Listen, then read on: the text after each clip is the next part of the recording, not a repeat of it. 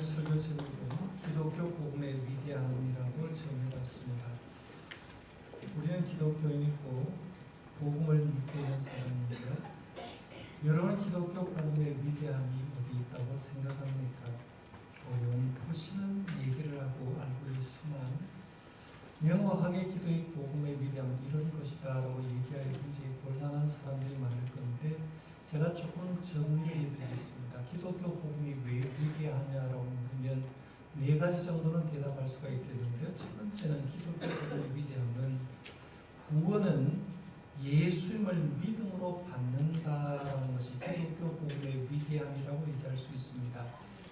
예수님이 우리 구원을 위해서 이 땅에 하늘 보좌 버리시고 내려오신 성육신 하심을 믿어야 되죠. 그래서 구원은 예수를 믿음으로 받는다라고 했는데 그 믿음을 도대체 뭘 믿어야 한다는 거죠. 첫 번째는 성육신을 믿어야 된다라고 볼 수 있고요. 예수님이 이 땅에 성육신 하셔서 죄와 허물로 죽은 우리를 구원하기 위해서 내가 죽어야 될 그 십자가에 예수님께서 달려 돌아가셨다는 것, 대신 십자가에 돌아가셨다는 그 십자가를 믿어야 되고요.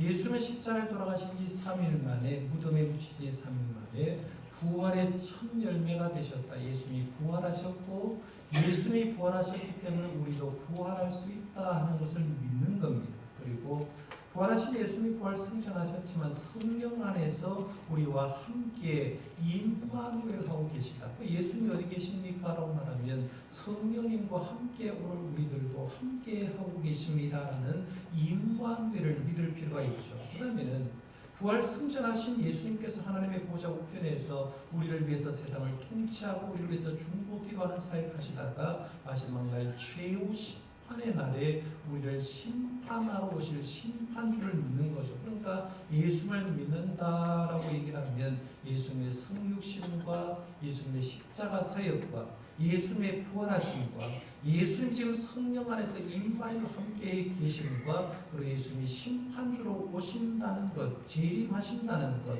그것을 믿는 사람에게 구원이 선물로 주는 줄 믿으시길 바랍니다.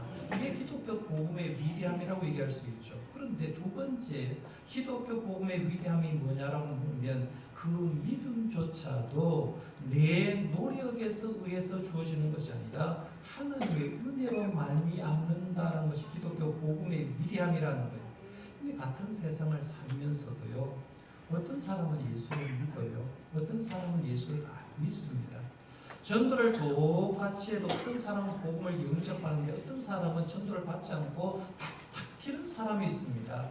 왜 그럴까라고 한번 생각해 볼 수 있는데 우리가 이 세상에 한 사람 가운데 예수를 믿게 된 이유가 뭐냐면 하나님의 은혜를 주셨기 때문에 믿을 수 있었다는 거예요.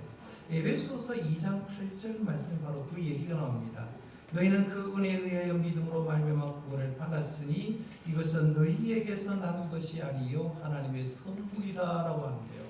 우리가 예수를 영접하고 믿는 이유는 은혜에 의해서 받았다는 거죠. 그러니까 우리가 옛날 본성 그대로 놔두면요, 저와 여러분들 중에 예수 믿을 사람 한 사람도 없습니다. 옛날 고지, 옛날 본성, 옛날 성격 그대로 놔두면 믿을 사람 하나도 없는데 하나님께서 나를 예수 믿도록 하기 위해서 나의 상황을 바꿔버리는 거예요. 내 생각을 바꿔버리는 겁니다. 나의 감정을 바꾸어줘서 주님께서 은혜를 주시니까 나도 모르는 사이에 교회 왔는데 그 예수님의 한 모든 사역에 믿겨지고 예수님 믿어져서 내가 구원받는 판에 들어가는 걸 보는데요. 믿음조차도 은혜로 받는다. 이게 기독교 복음의 위대함이라고 얘기할 수 있습니다. 그리고 세 번째 기독교 복음의 위대함은 구원받은 사람은 아무것도 자랑할 것이 없다는 거예요. 내가 예수를 믿고 진짜 예수님 안에 있는 사람들은 내가 자랑할 것이 하나도 없다는 건데 이유가 뭐냐면 이게 전부 다 주님으로부터 준 거죠. 하나님께서 구원의 길을 열어준 분도 믿게 한 분도 예수님의 은혜이기 때문에 우리가 할 일은 자랑할 것이 없다는 거죠. 에베소서 2장 9절에 계속해서 보면 이런 말이 있어요. 행위에게서 난 것이 아니요 이는 누구든지 자랑하지 못하게 함이라 라고 했어요. 예수 믿는 것 자랑할 것이 없다는 것 하나님의 은혜라는 겁니다. 그 다음에 네 번째요. 기독교 복음의 위대함은 굉장히 중요한 게 네 번째인데 구원받는 사람들을 하나님은 의의 길에 내세운다는 겁니다. 우리가 예수를 믿고 하나님의 사람이 되면 하나님은 의의 길로 내세우고 그 길을 걸어가면서 주변 사람들이 꿈조차 꿀 수 없는 꿈 같은 일을 예수 믿는 사람이 하고 있다는 얘기입니다. 이게 기독교 복음의 위대함이라고 볼 수 있어요. 이 네 번째 항목에 딱 와닿으면 성도님 머리가 조금 복잡해집니다. 가슴이 좀 답답해집니다. 구원받은 사람은 의의 길로 내세운다. 그리고 구원받은 사람은 의의 길로 내세우면서 이 사람이 가는 길에는 세상 사람이 꿈조차 꿀 수 없는 꿈 같은 일을 이 사람이 해낸다는 얘기입니다. 이 내는데 문제는 우리가 그런 의식이 없는 사람은 예수 믿는 사람이 그냥 예수 믿고 천국 가면 되지 요 정도만 생각하는 사람이 굉장히 많이 있다는 얘기입니다. 그런데 이건 제가 얘기한 말이 아니라 예수님이 이런 말을 하셨죠. 마태복음 5장 20절에 보면 내가 너희에게 이르노니 너희 의가 서기관과 바리새인보다 더 낫지 못하면 결코 천국에 들어가지 못하리라고 해서 이게 보면 내가 너희에게 이르노니 너희 의란 표현했어요. 너희 의가 서기관 바리새인, 당시의 서기관과 바리새인들은 자칭 바르게 의롭다고 살아간다는 사람인데 너희 의가 서기관과 바리새인보다 낫지 못하면 결단코 천국에 못 들어간다라고 하는데 여기서 의는 선행을 얘기합니다. 예수 믿는 사람은 의의 길로 내세워서 진짜 하나님다운 삶을 사는 사람에게 천국이 주어진다라고 얘기를 한다는 거예요. 그런데 문제는 오늘 많은 그리스도인들이 복음의 위대함은 잘 알고 있는데 내가 의의 길 위에 서 있다는 걸 잘 몰라요. 내가 의의 길 위에 서 있어서 내 앞길에 가서 저 멀리서 예수님께 나를 환영하면서 주님 계신 길로 걸어가야 되는데 구원은 받았는데 의의 길에 섰는데 주님이 저기 계신데 주님께로 가지 않고 반대 방향으로 가는 사람이 의외로 많이 있다는 얘기입니다. 여기 버스를 탈 때나요, 지하철을 탈 때 예를 들어서 잘못 반대 방향으로 타본 경험 혹시 없습니까? 예를 들면 이런 거예요. 우리 교회 앞에 이제 814번이 지나갑니다. 그렇죠? 하양으로 가려고 하면 이쪽 방면에서 타면 동대구역을 거쳐서 하양에 갑니다. TBC 방송국 쪽에서 타면 건물동으로 갑니다. 똑같이 814번입니다. 그렇죠? 그런데 어느 방향에서 타느냐에 따라서 내가 원하는 목적지가 아니라 다른 목적지로 가는 것을 보게 됩니다. 저도 총각 때요. 서울에 이제 장로신학대학교에 다니면서 처음에 가보니까 수원사람 서울 가니까 지하철이 얼마나 복잡합니까? 복잡하니까 막 얼떨떨하는 겁니다. 근데 서울 지하철은 여기 알듯이 그냥 통로가 하는데 반대쪽 이쪽으로 갈 거냐 이쪽으로 가냐 선택의 여지입니다. 제가 한번 탔는데 막로로 장신대로 갔는데 다른 데로 가는 겁니다. 그런데 문제는요. 버스나 지하철은 잘못 탔다고 착각하고 딱 깨닫는 순간에 한두 곳을 더 가가지고 내려서 반대편으로 가서 타면 됩니다. 문제는 우리 인생이에요. 내가 진짜 예수를 영접하고 의의 길로 서가지고 주님이 원하는 길로 가서 마지막에 주님을 만나야 되는데 마지막에 딱 가서 주님이 있다고 생각했는데 가보니까 거기 주님이 없어. 그러면 그때서는 후회되는 삶을 산다는 얘기입니다. 우리가 구원받은 것 굉장히 중요한 얘기인데 내가 진짜 원하는 주님의 우런 방법으로 그 길에 서서 가고 있는가를 굉장히 중요하게 생각한다는 거예요. 요즘 청년들이 굉장히 취업하기 어려운데 어떤 청년이 회사에 취업을 했습니다. 그런데 그 청년 굉장히 지혜롭고 똑똑하고 일도 잘하는데 문제가 하나 있는 청년이었어요. 그게 뭐냐면 성질이 굉장히 난폭하다는 거죠. 이 성격 절제가 안 되는 겁니다. 일을 하다가 좀 화가 나면 이 자제를 읽어서 뭔가 막 보는 거 막 집어 던지는 이런 성격을 이 사람이었습니다. 아무거나 막 집어 던지는 겁니다. 그러니까 이게 청년을 회사에 들어서 신입 사원이니까 그 팀의 팀장이 떠지고 나니까 청년을 불러놓고 그 눈을 또 마주치면서 마치 큰 형님처럼 이제 타이릅니다. 야, 네 일 아무리 잘해도 소용없어. 회사 생활하면 성질 좀 죽여야 돼. 그리고 자제력을 길러. 그리고 회사에서 동료들도 인정하고 상사들이 인정하는 사람이 돼라고 말하면서 그렇게 해야 회사에서 살아남는다고 얘기를 합니다. 팀장이 다 이러니까 그렇다라고 해서 받아들이고 예, 그렇게 하겠습니다라고 했는데 이 본성이라는 게 못 고치는 거예요. 본성이 못 고치니까 또 며칠 지나고 또 화를 내는 겁니다. 또 화를 내니까 또 팀장이 또 불러서 얘기를 합니다. 야, 너 성질 좀 죽여. 그래가지고 회사 생활 어떻게 해? 이번에는 다 이런 게 아니라 경고야. 만약에 한 번만 더 그러면 부장님한테 가가지고 너에 대해서 사실대로 얘기할 거야 라고 얘기를 했습니다. 얘기를 했는데 또 며칠 지나서 또 성질에 못내서 화를 확 내고 막 힘들게 하는 겁니다. 어쩔 수 없이 반복해서 일을 저지르는 그 청년에게 팀장이 부장을 찾아가서 얘기합니다. 우리 팀에 새 사원이 왔는데 이런 일을 벌여졌습니다 라고 얘기하면서 몇 주 정도 있었던 얘기를 쭉 얘기를 하니까 부장이 팀장의 말을 듣고 화를 확 내면서 그런 사람 왜 그동안 봐줬냐고 해고 바로 시키도록 내가 하겠다라고 얘기합니다. 팀장이 소원합니다. 그래도 취직하기 힘든데 힘들게 취직했는데 내가 한 번 더 봐줄 테니까 부장님도 그 사실만 알고 나에게 한번 맡겨주십시오라고 말하면서 간청해서 깨닫게 했고 다시 와서 이제 그 사원에게 얘기를 했습니다. 지도 잘하겠다고 얘기를 쭉 해놓고 했는데 그 청년의 성질이 또 오래가지 못했습니다. 한번 이제 본인 식당에서 점심을 먹는데 식판을 두고 이렇게 이제 식판을 들고 음식 배식을 봤는데 이 식판을 다 들고 내가 이제 자리로 딱 가려고 하는데 누군가 탁 부딪혀버린 거예요. 부딪히니까 자기가 식판 받은 국물이 튀어가지고 자기 옷에 튀어버렸어요. 튀어버렸어요. 그 순간 이 회사원이 확 나니까 자기가 들고 있는 식판을 그 사람한테 던져버리고 발로 한번 다기를 하는 사람이 차버리는 거예요. 이걸 누가 보느냐 하면 거기에 있는 회사 사원이 다 봅니다. 아무 얘기하지도 못하고 팀장이 부장한테 보고하게 되고 결국에는 그 청년이 해고 처리되었다는 그 책을 제가 한번 본 적이 있습니다.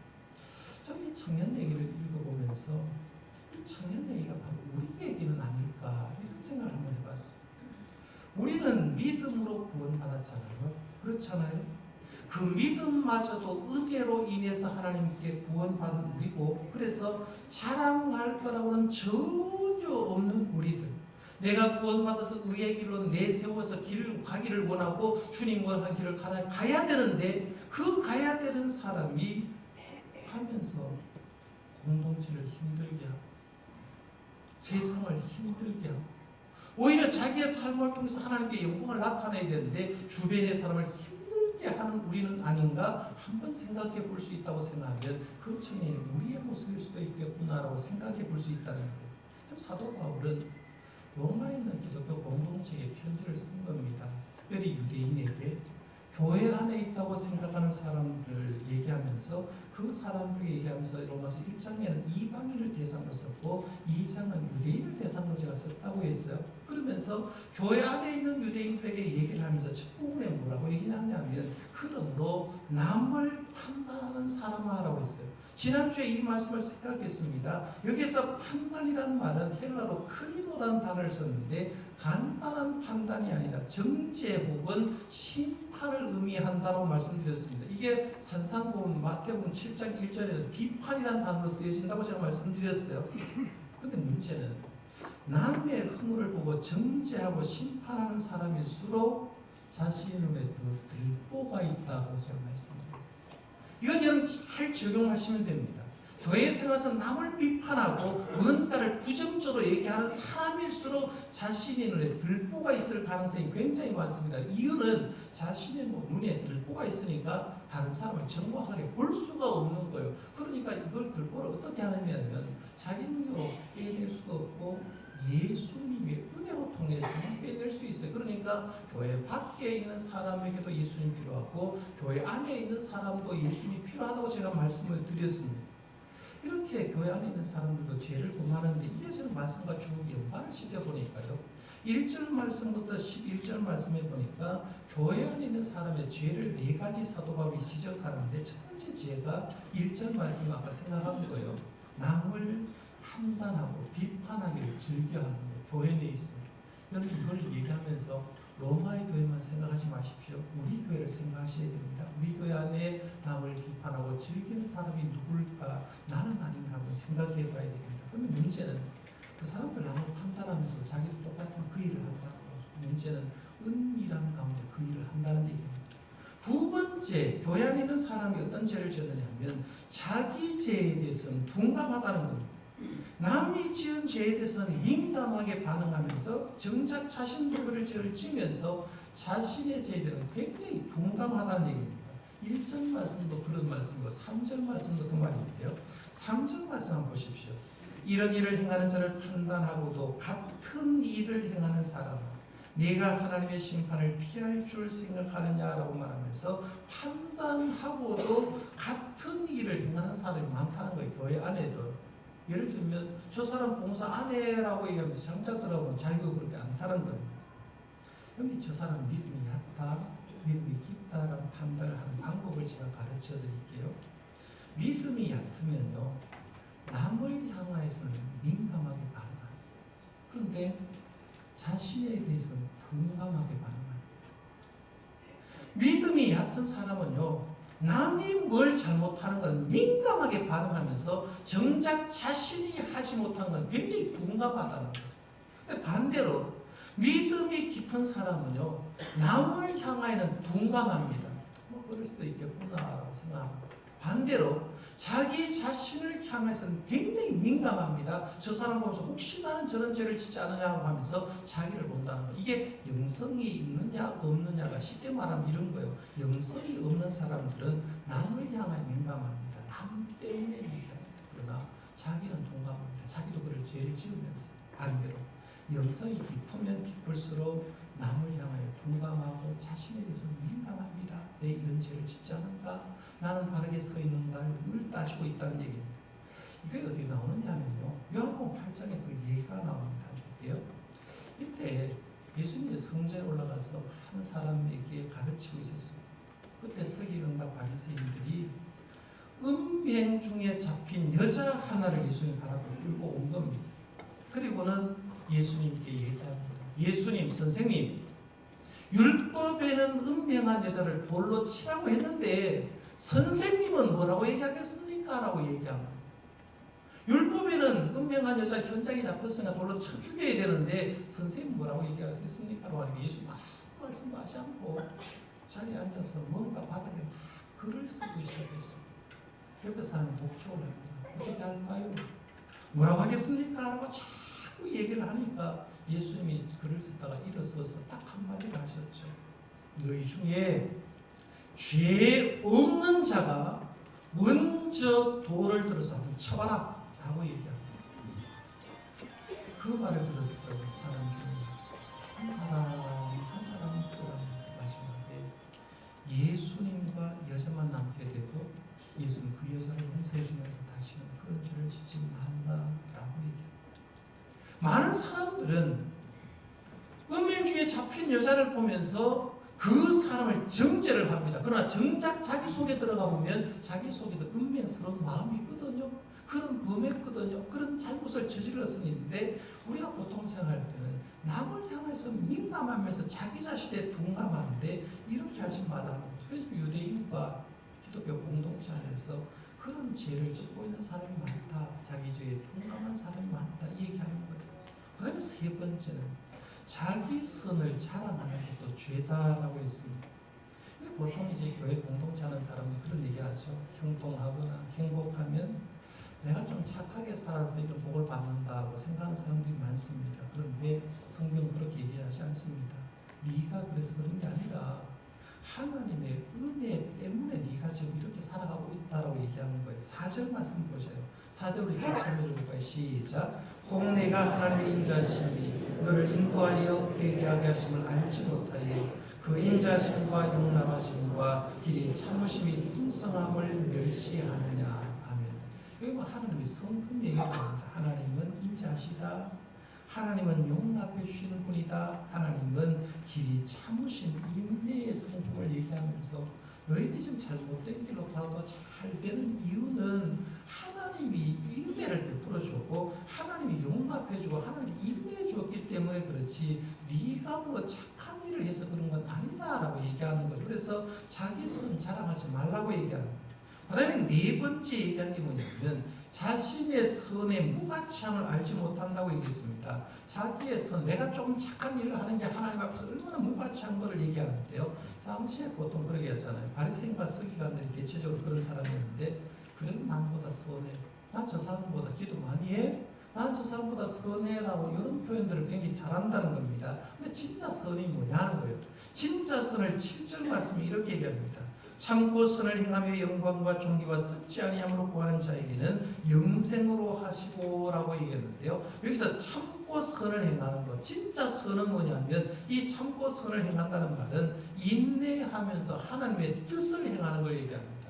내가 인내하면서 진짜 선은 하나님의 뜻을 행하는 것, 하나님의 말씀에 순종하는 것, 이게 선이라고 얘기하는 거예요. 자, 정리를 한번 해보겠습니다. 로마에 있는 유대인과 교회 공동체 안에 있는 사람들 11절 말씀까지는 4가지 죄가 있다라고 지적을 했습니다. 첫 번째는 남을 판단하기를 즐겨합니다. 두 번째는 자기의 죄를 동감하고, 세 번째는 자기의 선을 자랑하고, 네 번째는 자기의 선의 무가치함을 알지 못한다. 이 사람 어떻게 될까요? 교회 공동체 안에 있어요. 예수를 믿는 사람이에요. 그러면서도 남을 판단하고 자기의 죄에 동감하고 자기 선을 자랑하고 자기 선의 무가치를 알지 못하는 사람, 교회 안에 있으니까 우리 생각에는 그냥 구원 받겠지라고 생각하는데 성경은 아니에요. 심판받는다고 얘기했어요. 보십시오. 2절 말씀.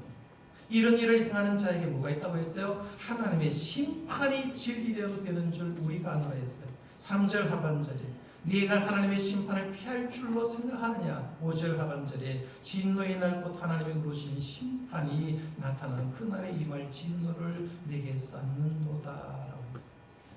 여러분, 예수 안 믿는 사람이 마지막에 심판당하는 건 당연해요. 그렇잖아요. 그런데 예수 믿는 사람이 예수 믿는 길을 걸어가서 마지막으로 주님 앞에 갔는데 주님께 심판받으면 얼마나 억울한 얘기입니까? 그런데 교회 안에 있는 사람이 그런 짓을 하고 있는 사람이 있다는 거죠. 그래서 사도 바울은 그 얘기를 쭉 한 다음에, 야, 지금 너희들은 선택을 해야 돼. 2가지 길이 있는데 뭘 선택할래? 라고 얘기하면서 2가지 길을 제시합니다. 여기에 어디 나오느냐면 6절 말씀에서 11절 말씀에 나옵니다. 6절에서 11절입니다. 6절에서 11절 말씀은 우리가 어떤 삶을 살아야 될지 선택할 걸 얘기를 하고 있는데, 이 부분을 뭐라고 하느냐, 문법적으로 얘기하면 교차 대구적 구조라고 얘기합니다. 이런 말 처음 들어볼 거예요. 키아즘 구조라고 얘기합니다. 키아즘이라고 얘기해요. 키아즘이란 히브리어로 키아즘이라는 말은 대칭 구조라는 얘기입니다. 어떻게 생겼냐면 쉽게 말하면 이런 겁니다. 여기 샌드위치 먹어본 적 있죠? 안 먹어봤으면 할 수가 없고, 샌드위치는 양쪽에 빵이 들어있어요. 중간에 안고가 들어있습니다. 그죠? 땅콩 샌드위치가 들어있든지 그렇듯이 성경도 교차 대구적 구조라는 것은 뭐냐면 샌드위치가 있듯이 앞절, 뒷절 구성되어 있고 중간절 있고 그 다음에 가운데절이 있어서 핵심이 가운데가 있다라는 게 교차 대구적 구조고 키아즘 구조라고 얘기합니다. 성경에 눈이 좀 열렸다고 하는 사람이 이게 보이기 시작하고요. 성경을 뭐 100번 봤다고 해도 여기 안 보이면 아직도 히브리적으로 성경 볼 눈이 열리지 않았는데, 제가 한번 설명을 해볼게요. 6절에서 11절을 대칭 구조로 보십시오. 대칭이 되어 있습니다.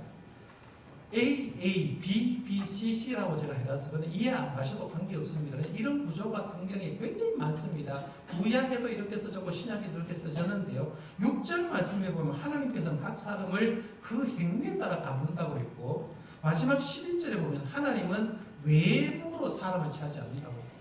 사람은 외모로 판단합니다. 그런데 하나님은 그 중심에 있는 것 가지고 사는 것 가지고 판단한다는 거예요. 그 다음에 B입니다. 선을 행하는 이에게는 영생으로 갚는다는 게 7절에 나오고, 10절 말씀해 보니까 선을 행하는 이에게는 하나님이 영광스럽게 해준다고 얘기했어요. 그 다음에 중간 부위에 C가 나오는데 8절과 9절에는 악을 행하는 사람에게는 하나님이 진노로 갚고, 9절 말씀에 보면 악을 행하는 얘기는 파멸이 있겠다라고 했어요. 이게 키아즘 구조, 대칭 구조입니다. 성경 말씀을 보시면요, 이런 구조된 게 굉장히 많아요. 히브리 사람들 이렇게 성경을 이해하면서 중간 부위가 굉장히 중요하다라고 이렇게 제가 말씀드렸는데요. 이렇게 하면 3가지가 나오죠. A, B, C가 나오는데, 첫 번째는 하나님은 중심을 보신다. 하나님은 그 중심 속에 우러나오는 행동을 본다. 그런데 하나님은 여러분의 외모를 보지 않는 줄 믿습니다. 껍데기 지금 예배당에 나온 거 보지 않고 중심을 보시는 줄 믿으시길 바랍니다. 내 중심을 보시는. 2번째입니다.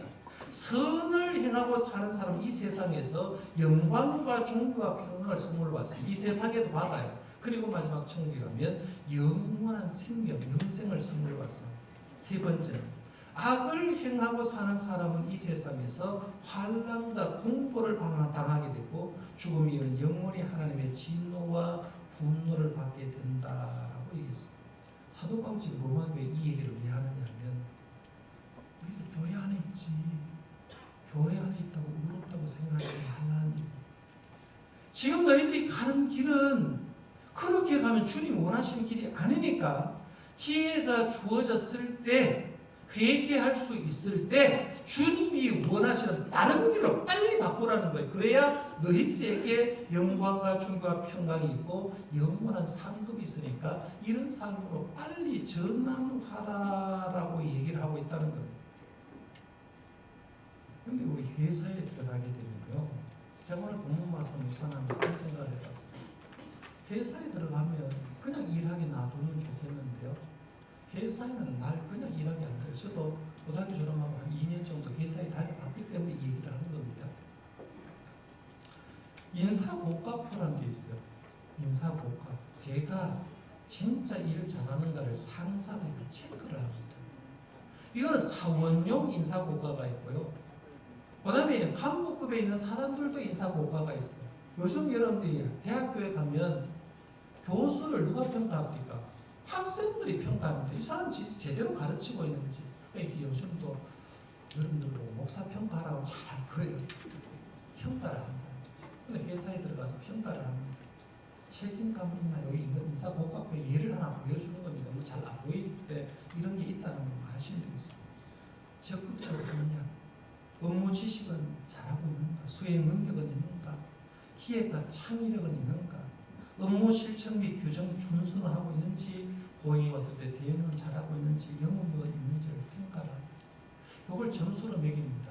점수를 매겨가지고 점수가 고가 점수를 받는 사람은 승진이 빨리 될 거예요. 그렇죠? 그런데 점수를 매겼는데 점수가 막 잘 나오지 않는 사람은 이 사람은 징계를 먹거나 해고될 가능성이 굉장히 많습니다. 우리 생각이 이렇게 할 수 있죠. 취직시켜줬으면 그만이지 뭘 가서 사람 평가하냐고. 근데 평가를 받아야 될 이유가 있어요. 회사 되는 사람 돈 벌려고 다니잖아요. 출근하는 순간부터 퇴근하는 순간은 자기가 없어요. 나는 이 회사를 위해서 시간을 들이고 내 에너지를 들인다고 약속한 게 직장생활이거든요. 그러니까 내가 직장생활에서 출근하고 퇴근할 때부터는 회사에 소속된 사람이기 때문에 회사의 상사가 나를 평가해도 아무 말 할 필요가 없다는 거죠. 그럼 마찬가지로 주님의 은혜로 구원받았어요. 하나님의 선물로 구원받았어요. 내가 의의 길로 걸어가도록 주님이 인도했습니다. 저 앞에 서서 주님이 나를 보면서 인도합니다. 너 내가 원하는 방향으로 와라고 얘기해서 우리가 그 길로 가야 되는데 그 길로 가지 않고 엉뚱한 길로 걸어갈 때 하나님은 나를 보고 인사복합 평가를 매긴다는 겁니다. 매겼을 때 과연 우리는 주님 원하시는 목적대로 살고 있는가 확인할 필요가 있다. 우리 어떻게 살아야 되겠습니까? 미국 세들백 교회 이고린 목사님이 우리 교회에 있습니다. 목적을 이끄는 40일 공부를 통해서 하나님 우리를 부르신 목적은 5가지가 있다고 해서 물론 그 이상이 있겠죠. 5가지를 정리를 이렇게 했습니다. 우리 여러분 공부한 내용입니다. 옛날에. 첫 번째 하나님 우리를 부르신 목적은 우리는 하나님의 기쁨을 위해서 계획되었다. 내가 존재하는 건 하나님의 기쁨이 되려고. 두 번째, 우리는 하나님의 가족으로 태어났다는 겁니다. 그러니까 저와 여러분들은 쉽게 말해서 싸울 일이 없어요. 가족이에요. 저와 여러분은 여기에서도 만나야 되지만 천국에서도 같이 만나야 될 존재입니다. 그러니까 교회 생활하면서 가족끼리 싸울 필요가 없다는 겁니다. 우리는 가족이라는 얘기예요. 세 번째, 우리는 그리스도를 닮도록 창조돼요. 제가 수요일날 그런 얘기 했잖아요. 우리는 누구든지 다 부모 닮았다. 주님을 믿으면 부모를 닮아가요. 그리스도를 닮게 돼요. 네 번째, 우리는 하나님을 섬기기 위해서 지은 모습으로 지음받았다. 섬김의 제일 섬김이 서빙, 예배하는 거죠. 하나님 앞에 서비스함, 예배하는 것부터 시작해서 주님을 섬기기 위해서 부름받아.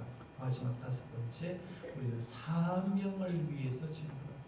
하나님이 우리를 의의 길로 딱 갖다 놓을 때는 우리의 사명이 있다는 거예요. 그 사명을 감당하면서 그 길을 걸어가야 된다는 얘기입니다.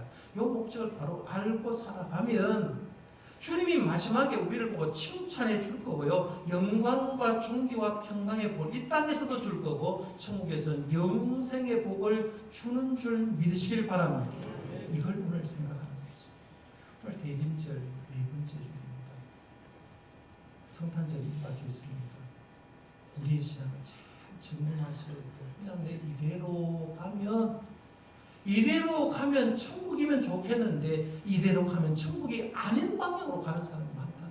다시 한번 우리의 신앙을 잘 증명하고 주님 원하시는 방향대로 가셨어요. 우리의 마지막 종착지에 주님을 우리를 안고 수고했다라고 칭찬받는 저 여러분들 되시기를 바랍니다. 기도하겠습니다. 하나님 아버지,